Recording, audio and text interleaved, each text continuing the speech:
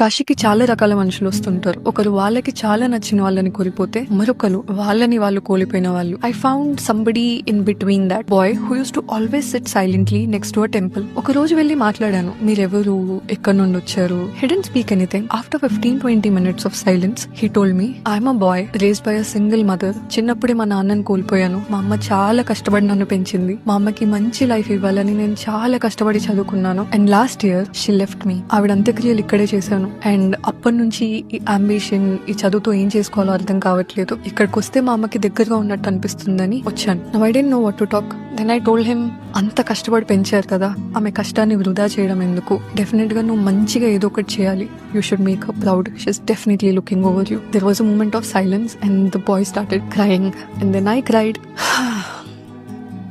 అన్నాడు, మా అమ్మే మిమ్మల్ని పంపించింది కావచ్చు, లేకపోతే మీరే మా అమ్మ కావచ్చు, డెఫినెట్ గా ఏదైనా బాగా చేస్తాను. That is when I understood. దేవుడు ఎక్కడో ఉండడు, మనలోనే ఉంటాడు. కొన్నిసార్లు మనకి వేరే వాళ్ళలో దేవుడు కనిపిస్తే, కొందరికి మనలో దేవుడు కనిపిస్తాడు. But all that we have to do is to be kind. I understood how powerful that is. And this moment is very close to my heart. ఎవరు ఏ బాధని మోస్తున్నారో మనకి తెలియదు. So let's be kind.